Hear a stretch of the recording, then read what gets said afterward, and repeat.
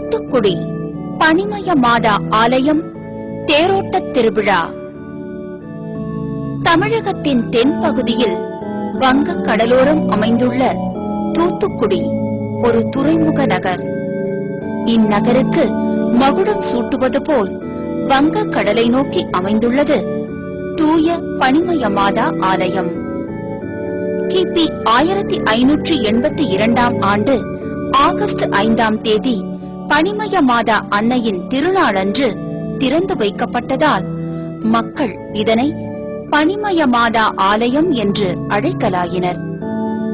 கிபி 1600 ஆண்டு ஜூன் 9 பனிமய அன்னையின் அழகிய உருவம் இலங்கையில் காலி துறைமுக நகரிலிருந்து ஒரு தோணியின் மூலம் தூத்துக்குடிக்கு கொண்டு வரப்பட்டு இரக்கத்தின் மாதாவின் சிற்றாலயத்தில் நிறுவப்பட்டது.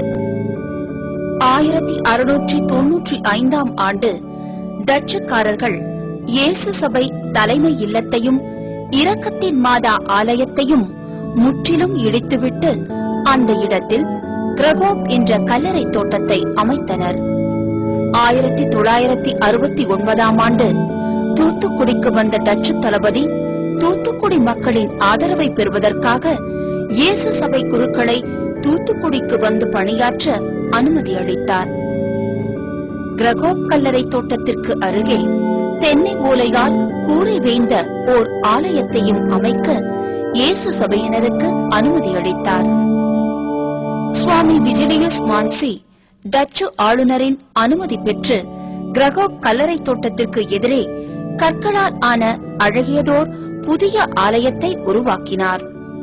இதுவே இன்றைய பனிமய அன்னையின் ஆலயமாகும். 1713 ஆண்டு ஆகஸ்ட் மாதம் 5 பனிமய அன்னை திருநாளன்று மிகச் சிறப்பான முறையில் திறந்து வைக்கப்பட்டது. பனிமய மாதா ஆலயம் தமிழகத்தின் சிறந்த கத்தோலிக்க கிறிஸ்தவ பேராலயம். பல்வேறு மாநிலங்களில் இருந்தும் வெளிநாடுகளில் இருந்தும் இறை அன்பர்கள் வந்து கலந்து கொள்கின்றனர். ஆண்டுதோறும் நிகழும் விழாவில் திருப்பலியை தொடர்ந்து நடக்கும் தங்கத்தேர் பவனி விழாவின் முக்கிய நிகழ்வாகும். நன்கு அலங்கரிக்கப்பட்ட தங்கத்தேரில் மாதா பவனி வருவது கண்கொள்ளா காட்சி. வழியெங்கும் மக்கள் மலர் தூவி தேரில் வரும் மாதாவை வரவேற்று வணங்கும் காட்சி அற்புதமானது.